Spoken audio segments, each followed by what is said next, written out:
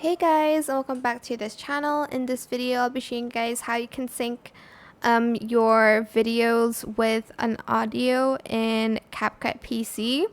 So to do that, let me just find the video that I want to sync.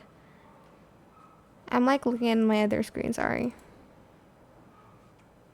Let's just sync this video with this audio because I did like a duet. Hopefully it will sync.